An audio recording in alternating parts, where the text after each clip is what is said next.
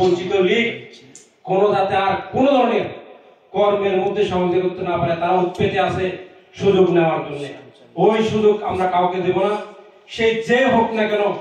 এই রেমিটার যুদ্ধ আমি ব্যক্তি হিসাবে দেখবো না, এক একটা রেমিটার যুদ্ধের ব্যাপারে আমরা তাদের পাশে দাঁড়াতে চাই এবং এই ধরনের সুবিধা অর্থলোভীদেরকে আমরা হটাতে চাই। এটাই আমাদের একমাত্র উদ্দেশ্য।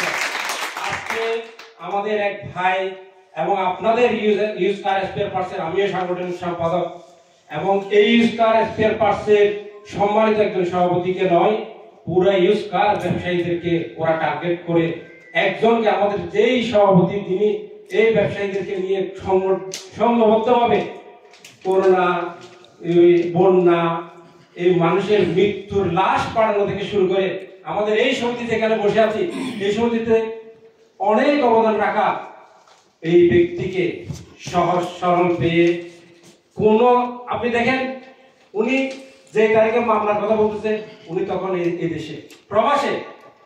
আচ্ছা, আপনারা কি মনে করেন যে ওই ব্যক্তিটা লাঠিসোঁটা নিয়ে কোতোয়ালি থানায় গিয়ে মারামারি করছে? আপনারা মনে করেন? তাহলে আপনি চিন্তা করেন, তারা যে বাদী সে ওনাকে চিনে না, হাসিবেন না?